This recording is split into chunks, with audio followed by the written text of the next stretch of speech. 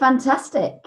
We have a really healthy group out there. So welcome to our virtual town hall, and thank you so much for joining us.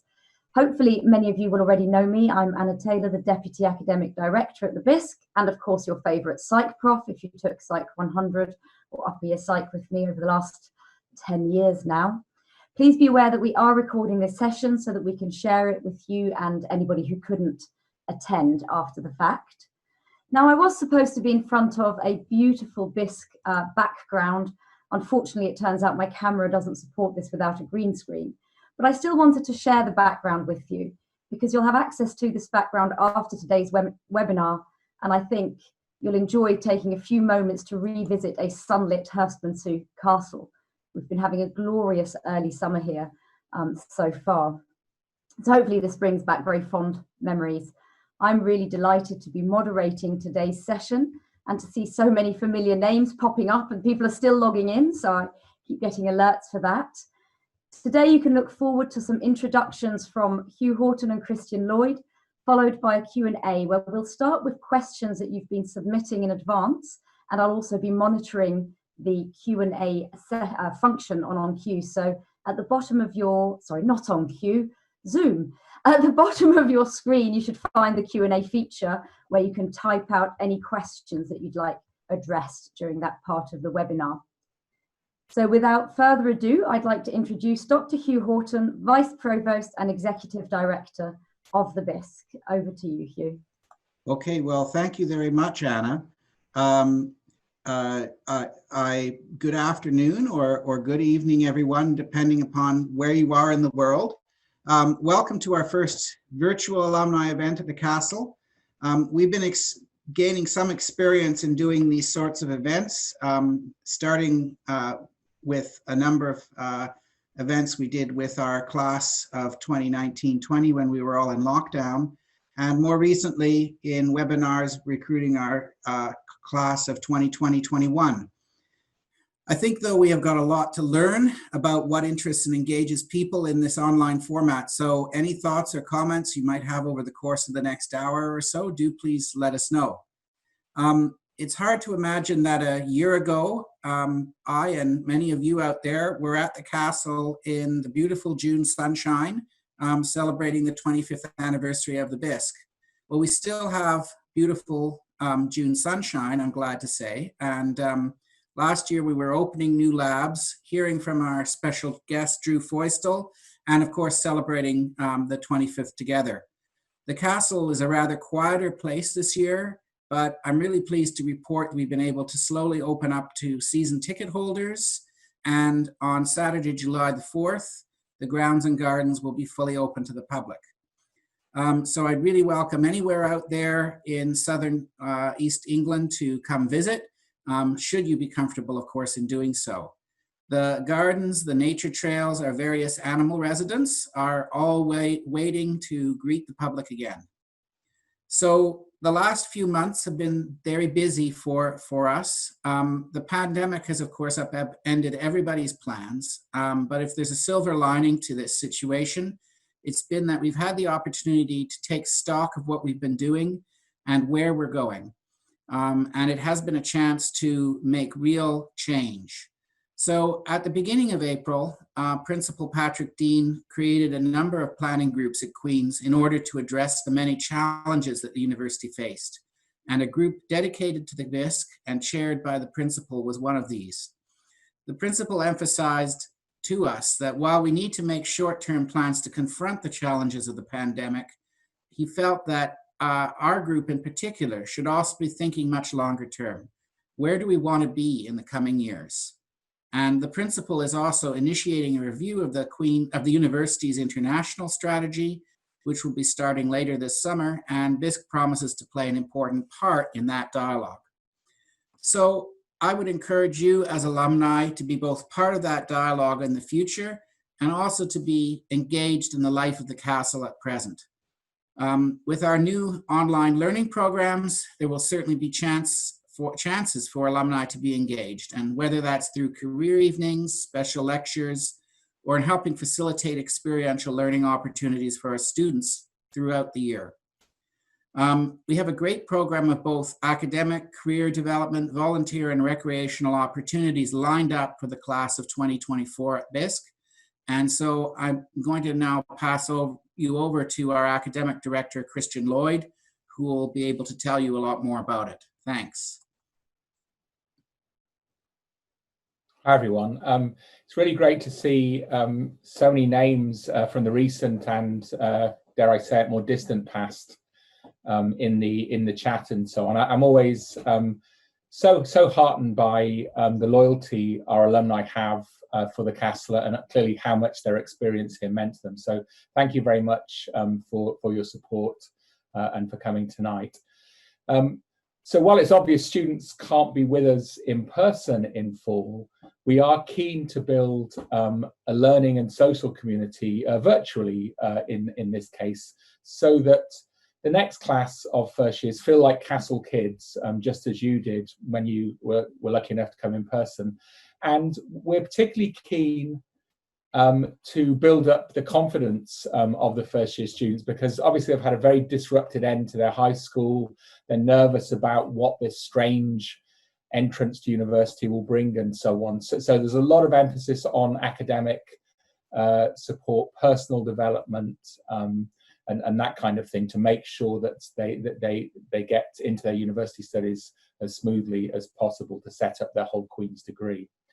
And Anna's just put up an infographic which summarizes what we're aiming to do for the year. So we're using the slogan, learn from home, cross borders, to encapsulate our offering.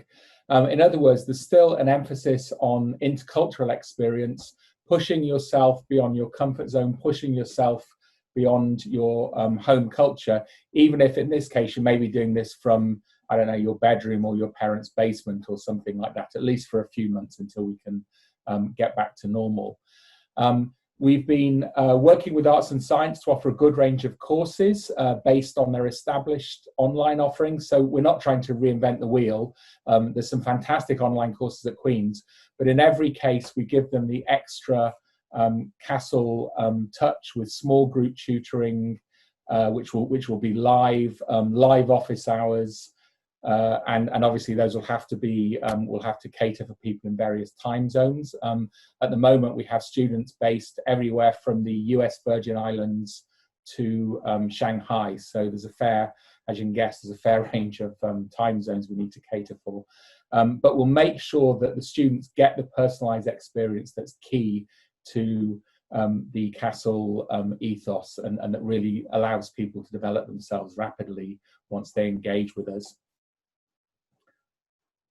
To supplement the online courses, all students will also get a personal success coach. I'm actually volunteering to be one of those, at least for a small number of students, and there's various other faculty and staff members doing that.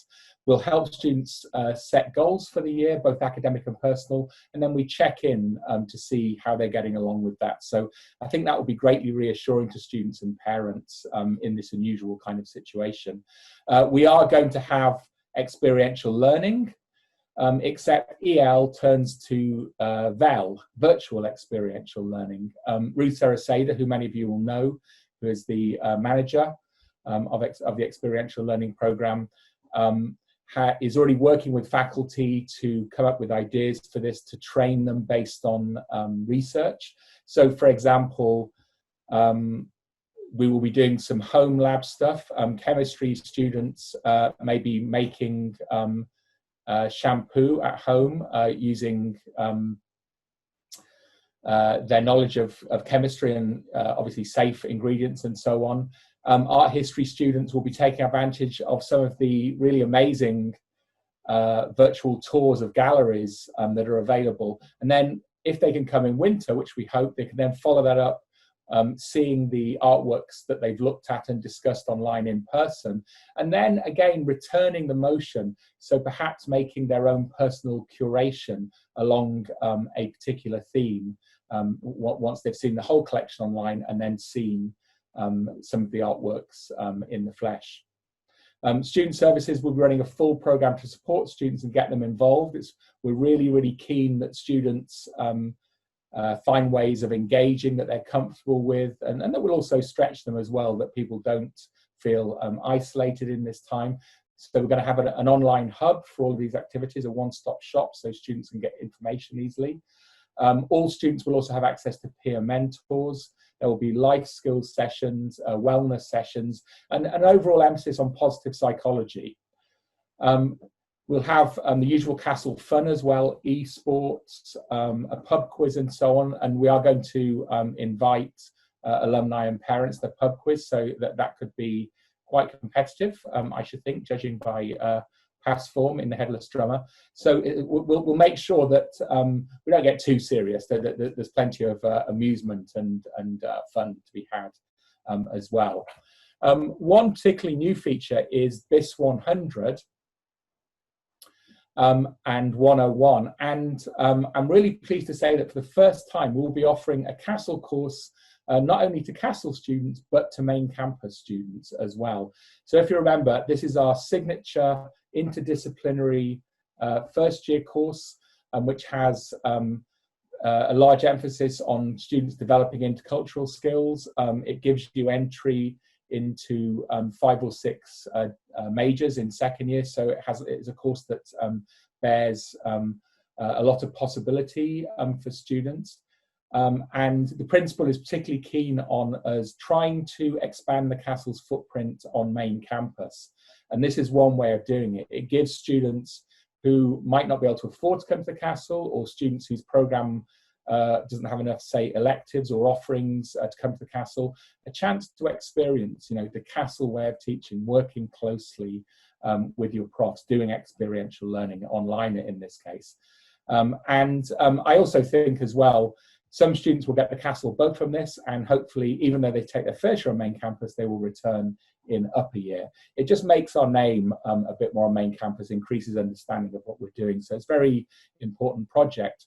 All students are eligible to take that. There's no prerequisites, and there's some fantastic experiential learning. And one of the things I'm really excited about is having students really for the first time use, for example, the material on World War II in the Castle archive.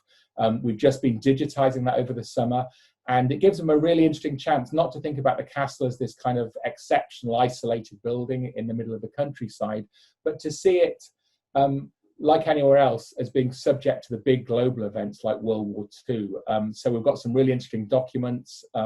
There is a memoir by a young woman who was an employee at the Castle during World War II. She was about the same age as the first year students would be. I think it'd be quite relatable primary source. She talks about sort of the fear of invasion and so on, but also about the fun they had there. She would go with her friends to the Winter Gardens in Eastbourne. I don't know if any of you have ever been there, to meet Canadian soldiers at dances and so on. So it's kind of sort of the opposite of clubbing when you're at the Castle, if you see what I mean. Overall then, we've thought carefully about our offering. We're confident it's going to set students up really well. And we've had a very good response from students and parents so far. As Hugh mentioned, all of the rethinking we've had to do to go online in fall has given us some really exciting new possibilities. If you think, for example, of virtual experiential learning, if it doesn't involve getting on a bus to London or Brighton or Oxford or wherever, faculty can now include much more experiential learning virtually. They can thread it throughout their course and so on. So there's plenty we've learned, and we're really excited to try this out. It really feels, the Castle feels full of energy at the moment. So we're excited to get to know the students and start working with them. Thank you. Thank you very much, Hugh and Christian, for that overview of our exciting plans. And I think, well, I'm sure that it's given everyone a lot to think about and probably made them wish that they can come back to the Castle, even in our new remote setting. That provides the perfect context for our Q&A, which we're going to start now. So please, to all the attendees out there, if you have any questions, please pop them in the Q&A feature of Zoom. and I'll start monitoring that in a moment. Firstly, we'll start with a few pre-submitted questions. Our first question was actually submitted by several people with different wordings and was somewhat answered in the presentation. But I think this question comes from a place of fond memories and nostalgia for many alumni. How do you plan to recreate the magic of the on-site castle experience remotely?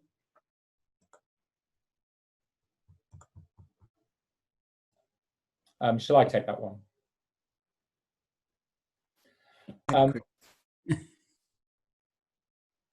So as I mentioned, we have virtual experiential learning set up, so students will encounter some of the great cultural institutions, you know, galleries and museums, who've all recently done a lot of work on digitizing, and there's some virtual reality and so on that you can access online. So they will have access to some of those collections. We also have a very international bunch of faculty who will be working with the students. We normally have students, I think, from faculty from backgrounds on 5 of the world's continents. So that gives an international perspective on particular disciplines and so on. And then we're actually hoping as well to have alumni help with that and participate in the students' experience as well. Would you like to add anything, Hugh? Sorry, I gotta push all the right buttons here. I think what I'd add is that I think what I'd add is that we've got a lot of faculty who are being very creative in how they're approaching some of this stuff. And I think one of the things that really impressed me about how we're moving forwards with this is that it's really brought out the best in people, and you know, people have been coming up with some pretty impressive ideas. And what we're really busy at right now is figuring out exactly how we're executing some of them. You know, from things like a castle tour, a virtual castle tour. I noticed there's another question there about virtual reality. And we're looking at seeing how we can incorporate, you know, cheap VR headsets into student experiences, for example. So these are definitely ways that, you know, that we can try to make this a great experience and conserve the things that make the castle experience unique, the small group size, you know, the sense of community and so on. Thank you very much, both Christian and Hugh. And you've actually both started to speak to some of the other questions that we've had pre-submitted, for example, on virtual experiential learning and internationalization and things like that. So well done for seeing ahead there. We have a couple of practical questions as well. For you, I think, Hugh, have we seen any decline in enrollment for the fall term after the announcement of remote learning? Okay, well, I mean, what has happened is the good news is we actually have got more people signed up for this year than we had in residence or turning up in September last year. So that's good news. It's still not where we wanted our, you know, where our original targets were to be. I think it's about 2/3 of the way to where we had, and you know, before coronavirus, we had targeted. But I still think, you know, 2/3 under the situation where students were making decisions, not even knowing really what the year was going to look like. They had to make decisions by June 1st, and we were, by just end of May, we were in a position to really tell them what we were anticipating doing. So, you know, with all those unknowns out there, the unknown about traveling to the UK in a difficult time, and not really knowing what, you know, having to take a bit on faith what the program was going to look like, I was quite pleased to get 2/3 of where we wanted to be. Yes, I think we're all quite delighted with the enrollment given the circumstances. And we've got another practical question for you, Hugh. one question which was actually very popular in the student webinar as well. Will BISC tuition fees be adjusted in light of the remote learning model?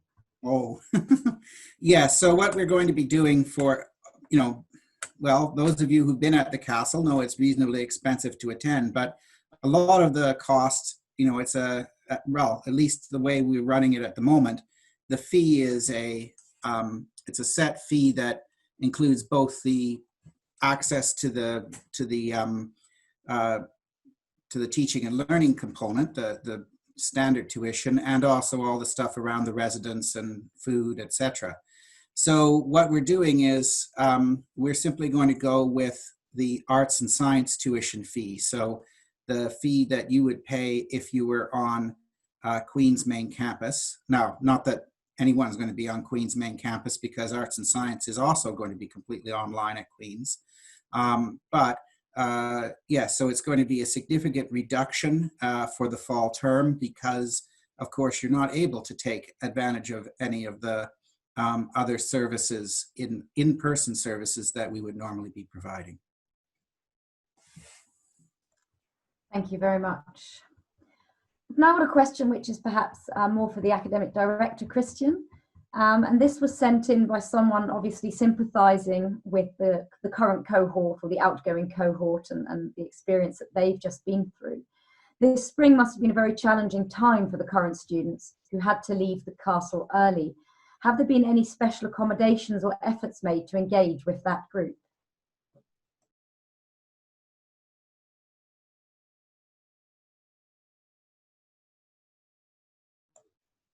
I don't know if we've lost Christian there for a moment.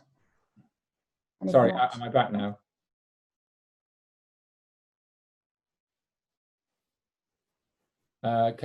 Is that okay, Anna? Can you hear me? Yes, we can hear you. Thank you. Sorry about that. Sorry.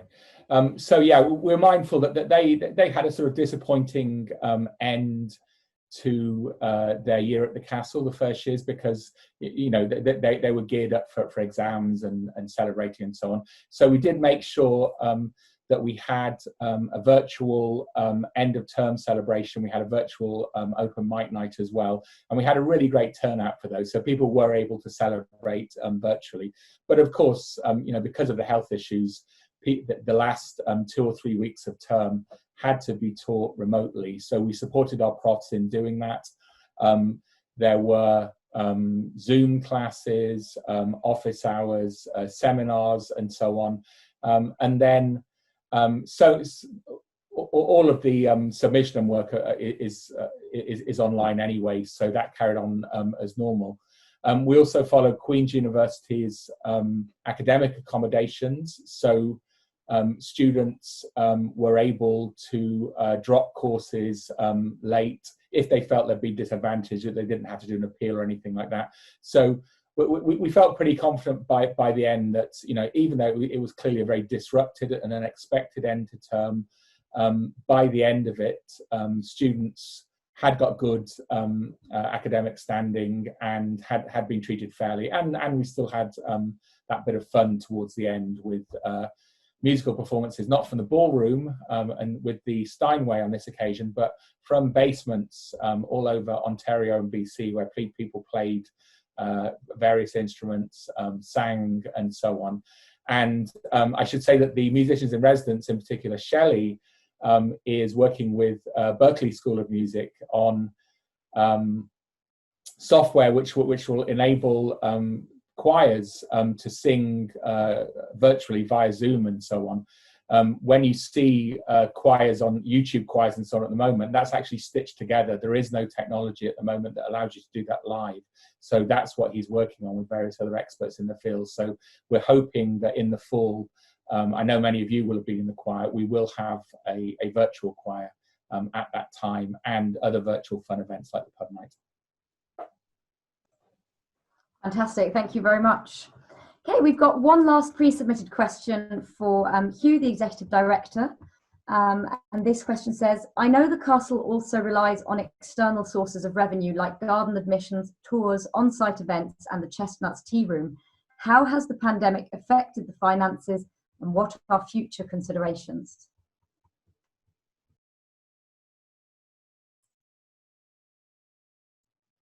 I keep on pushing the mute button and it double clicks, so it go on and off. Sorry.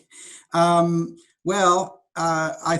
mean, anyone can assume that there's been a significant negative impact on the finances of the BISC and of Hearst Moss Sioux Castle Enterprises, which is the body that looks after all the commercial pieces.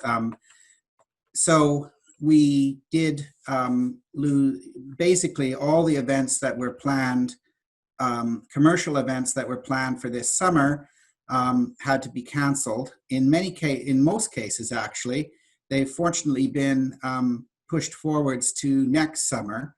And we already, I think, assuming all this pans out, we're probably going to have a busier summer next year in terms of number of events, basically doubled up than we've ever had. So I can hope that we might recoup some of our losses this summer next year. But yes, in the short term, it certainly has a significant impact. And of course, the impact of canceling summer term was also very significant for the castle. And we've had to repurpose reassign people to other positions. And I guess the other thing we've been doing quite extensively is taking advantage of UK government schemes. So there are business loans that we can and we have taken advantage of. And most importantly, the coronavirus job retention scheme. So we have been able to place people on furlough so that they are able still to be paid, but at the same time, the government will give us 80% of their salary, at least for the next couple of months. So it's not great. We have the university has our back, though, in terms of the short term. We are going to show a deficit this year for the first time in quite a while. And that's that's simply something that's not avoidable. But as I say, we've been trying to be very careful, at the same time protecting everybody as best we can in terms of their jobs. And of course, also importantly, their own mental health in terms of workload, and for those whom we do not have a position, a job available at the moment, making sure they're supported while they are on furlough. So that's I think, a summary of where we sit. Thank you very much, Hugh. And it looks to me from the Q&A that we have a very supportive audience here. We've got a lot of questions coming in about how alumni can help and what is the best way for alumni to help. And is this an opportunity to build up a remote connection between students and alumni, which could then be maintained into the future? I don't know if you wanted to talk about that, or... I think I probably should be part of that, and then maybe we can get Christian to follow up specifically on the academic side. So I think there's a number of things alumni can do to help. I think engagement with our students this year is really important, and I know that Christian, but you as well, Anna, right, and our Experiential Learning coordinator, Ruth Saranseda, as well as many of the faculty, would be hoping to engage alumni in their courses. So whether that's appropriate as a visiting speaker, someone who could facilitate access to collections remotely, someone who could be an inspiring speaker from a career perspective, or even a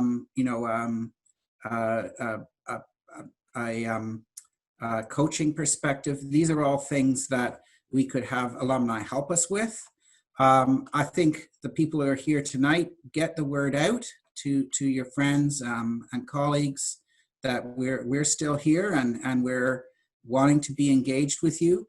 And I think that I think if you can come down, if you are able to come down to the castle this summer, once well, I guess the travel restrictions are reasonably lifted, and if you are in the area and you can come down and be at the castle, I think that would be, it might give us a little bit of revenue, but more to the point, it would give us, people who are working here a real uplift, that people are coming and that they're engaged and supportive. So that's important for our staff as well. So those are all things I think we can do. Yeah, I'd very much echo what Hugh has to say from an academic point of view. So we will probably in winter term be doing a careers evening, and some of you very kindly have done that for us in the past with great success. There will be there's probably opportunities in experiential learning as well, maybe in your workplaces. I know people work in all kinds of fields all over the UK and all over the world.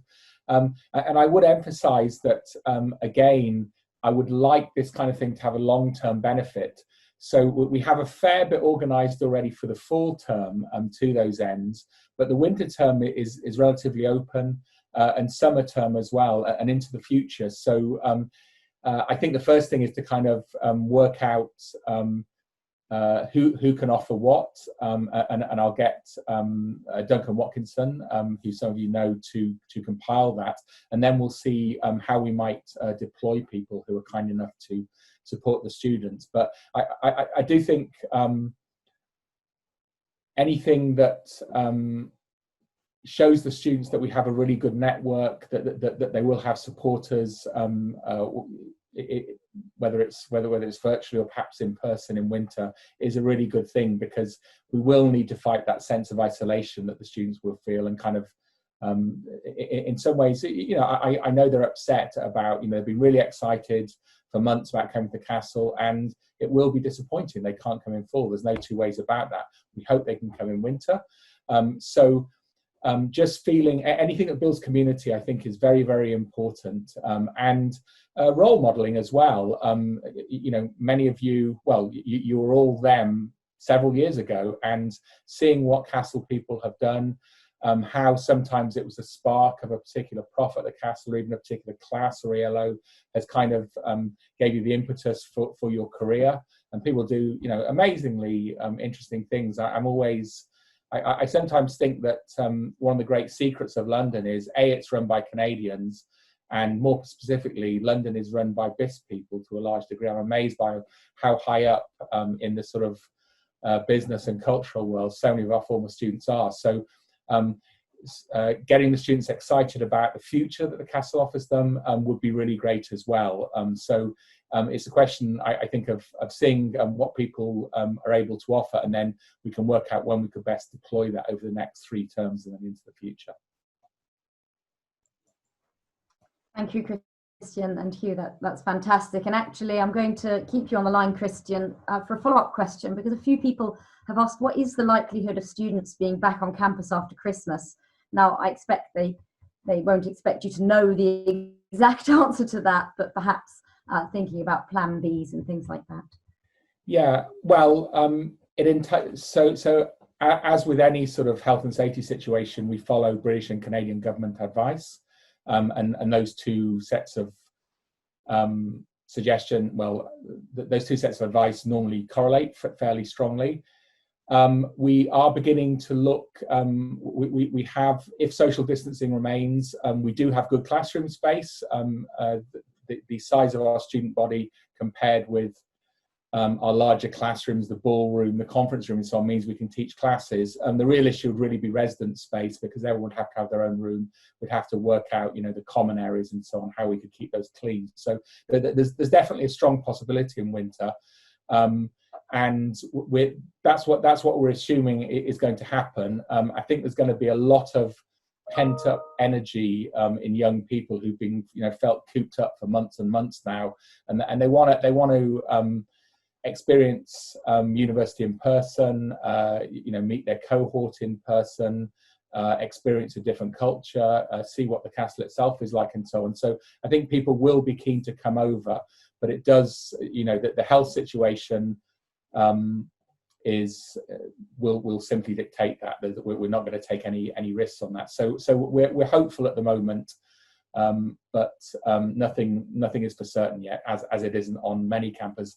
I do think, given the size of our student body relative to the building, we have a good chance of doing it safely, more than large university campuses actually. And the other thing is we are welcoming back upper years in winter term as well. So we put on a slightly bigger than normal range of courses for them. We've chosen courses because we know people need to finish their degrees, progress their degrees. It's really important that Queen's doesn't just think about the first years. Upper years are very important too. And so that, I think, is another group who are, a bit more independent from their parents, a bit more experienced. So they will be keen to come as well. Hugh?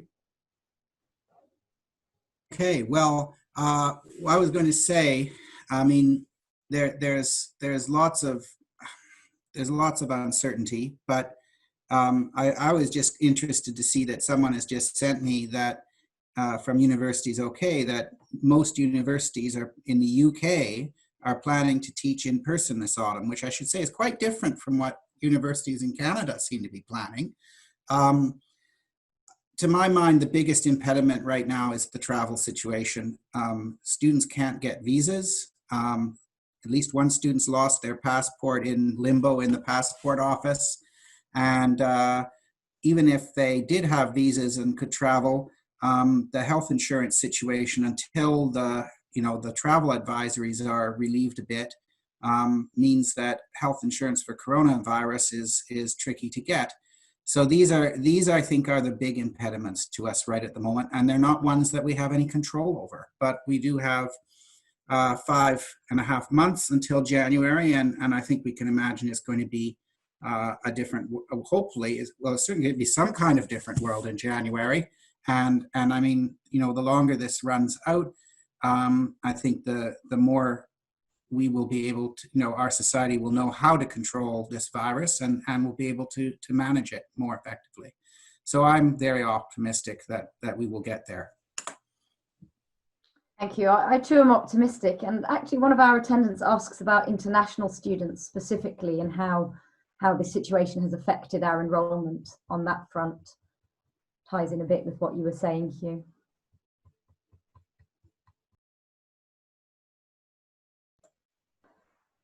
So, Hugh, sorry, Anna. Yeah, so Anna, actually, I'm going to admit to you that I was double tasking here because I'm just writing to one of the guests out there on the chat. So I wasn't. So we all get distracted. No, that's absolutely fine. We just had a guest wondering about the enrollment of international students and how that's been affected by the current situation. Oh, okay. So what I would say about this is, well, maybe I'll take it in two senses. So if you look at international students enrolled within Queen's, there's certainly been a drop overall in the number of international students who have applied and accepted to Queen's this year. Of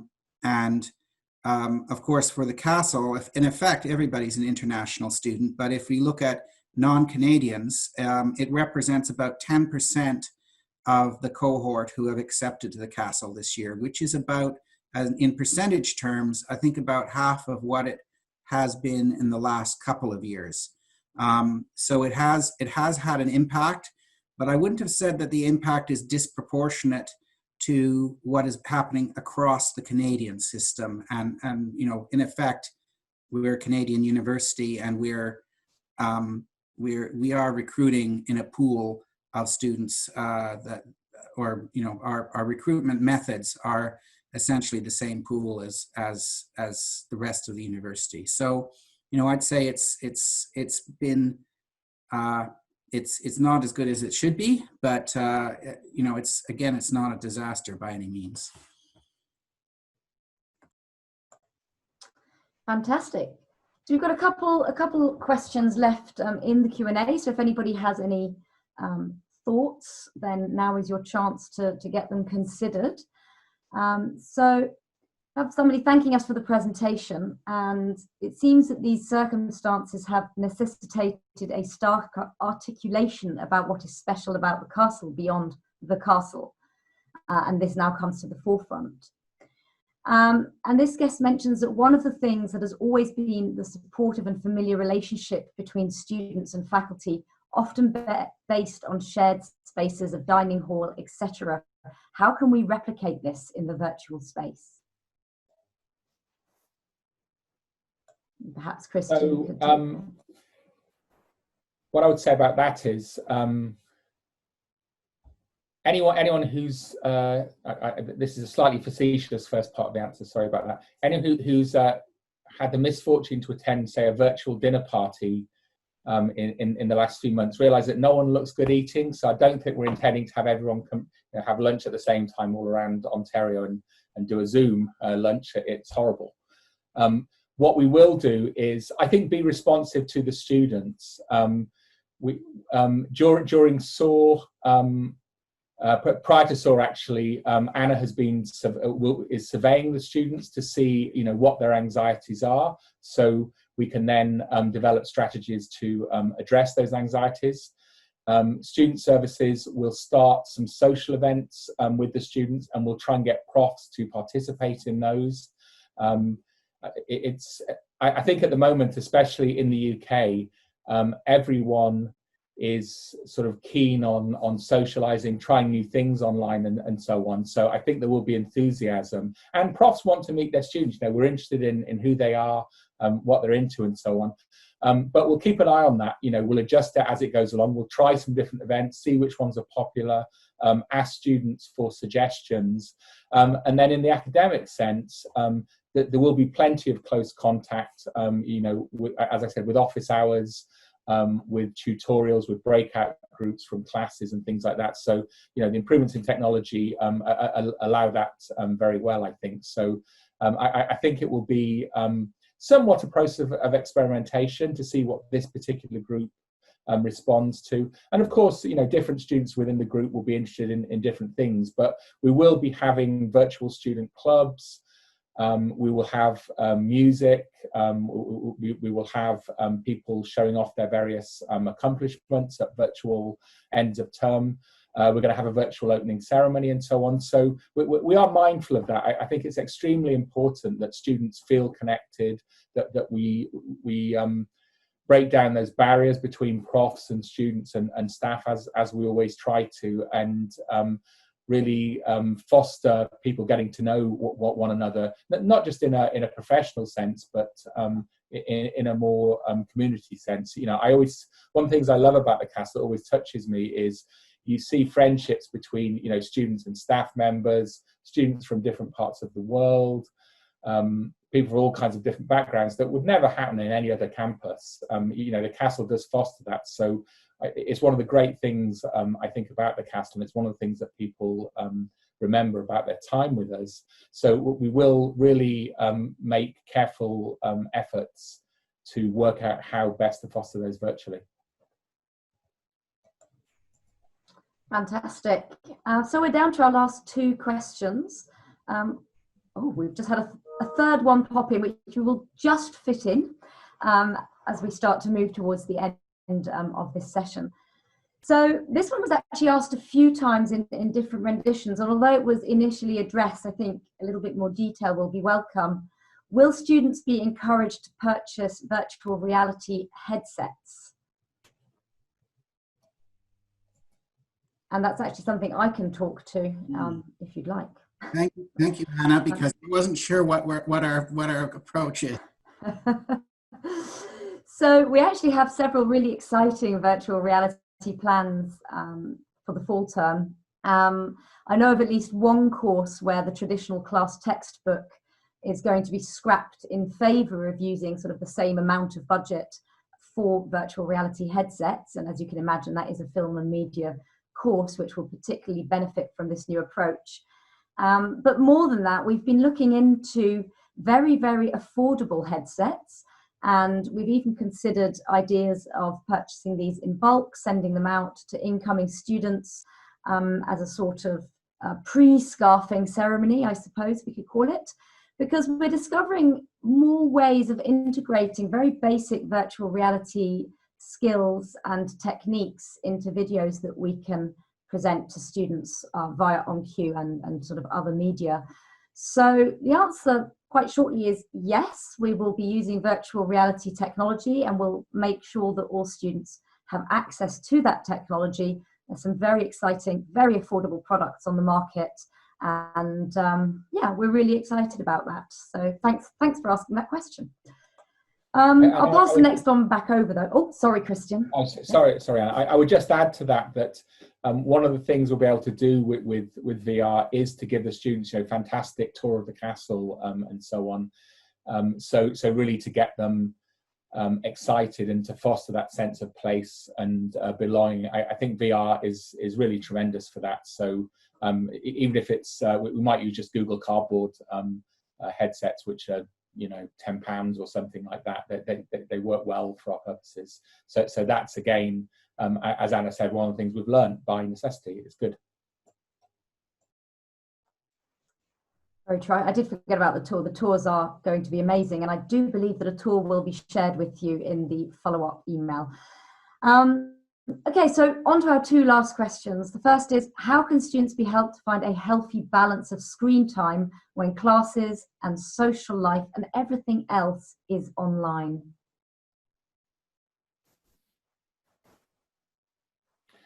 It's a good question, and one of the things we're going to be offering in one form or another a sort of University 101 course. Arts and Science have developed a really good course with topics such as that covered. Inevitably, people are going to spend more time, as we all are, than is usual or even comfortable looking at a screen. But we're well aware, even from just relentless work Zooms over the last few months, that you really have to be careful how you set that up. And of course, there's the time zone issue as well.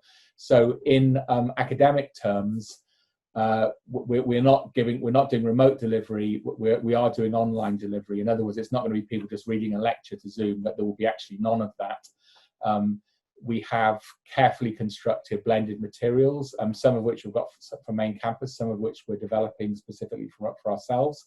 There will be, as I said, wellness and positive psychology sessions offered to the students as well, and instruction and advice on really how to become a successful student under these circumstances, how to learn effectively virtually, and how to balance your life as well. So we're mindful of that. Many students may not take a full course load, it's anticipated. So that's really where the BISC 100 course will come into its own, 100 101, because it does, while it's only 6 credits, it's as a 2 half courses, it does offer entry into several disciplines. So if you took that, you would still have plenty of openings for concentrations in your second year. But we are mindful of this, and sort of Zoom fatigue is a real thing we've all experienced. So I think it's in everyone's head from empirically, from personal experience. Fantastic. So we're going to go to the last question, and we'll keep it brief so that we can wrap up on time. I left this question for last because it's thinking forwards towards students being on site towards the winter, I believe. What are your relationships with nearby institutions in Kent and East Sussex that could lead to experiential learning or research opportunities that minimise long-distance travel issues? Well, Anna, I'm going to jump in and just give one example, which is University of Sussex has an anatomy lab. And even before this, we were, I think one thing to know is we have health science starting up at the castle this year. And so one of the things they need is anatomy, and that's planned to take place in the winter term. And so we have actually already had an opportunity to have members of the Faculty of Health Sciences come to the castle and check out that space, and certainly we're anticipating on using that at Sussex in the winter. So that's one very concrete example that we can speak to there. And I'm sure Christian has lots of other things. You and Christian probably have lots of other things that have come out of out of all your discussions with faculty? Yeah, so we're well connected at the University of Sussex. Dr. Joanne Paul, I notice, is on the chat here. So we've begun, we had her first year history students come and visit the castle, with some of our students acting as hosts and guides for those sessions last fall. So there's every possibility of virtual collaboration with history students at Sussex. When the Keep, which is the Sussex Archive, reopens, that will be used, well, we can use it digitally prior to that, but hopefully in person for some of the students to do research there. So again, that's at Falmer, just over the road from the university. We also have great connections with all of the local schools as well, because we have a Con Ed program now.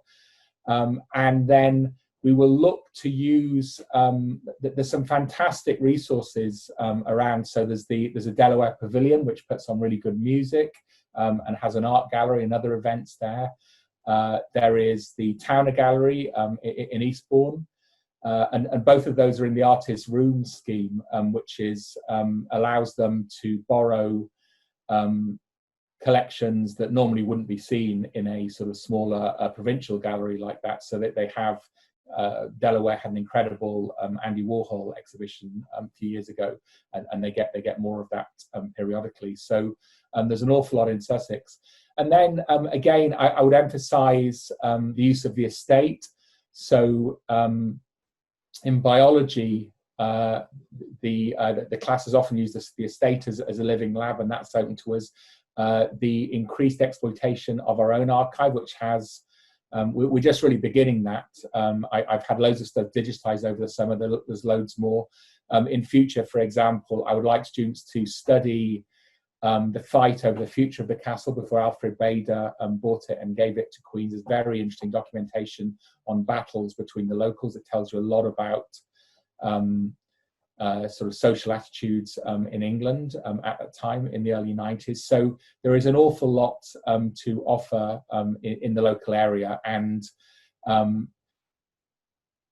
it won't be a deficit to students. And in fact, one of the things anyone who's been to London exhibition in the last few years knows is just how crowded those can get. You know, I go to those things at the V&A, and I'm fairly tall. Sometimes I can barely see, through the crush to see what's being offered. So we'd already started encouraging faculty to do more local and midterm trip experiential learning.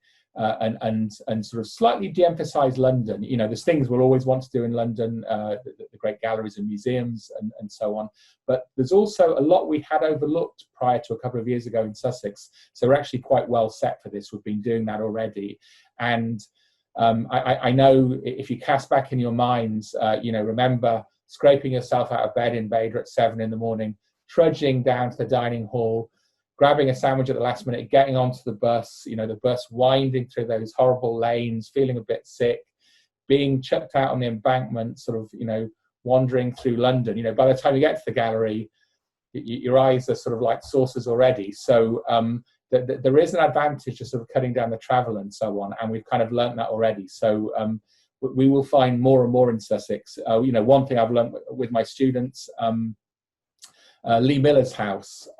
She was the great American war photographer, married to Roland Penrose, who's a surrealist artist. You can go and visit their house. She has a mini gallery of modern art on the walls of the farmhouse. It's at Chiddingly, 20 minutes drive away, because she was friends with Picasso, Max Ernst, Man Ray, all those people. So, if you put the legwork in, do the research, there is so much great stuff on our doorstep.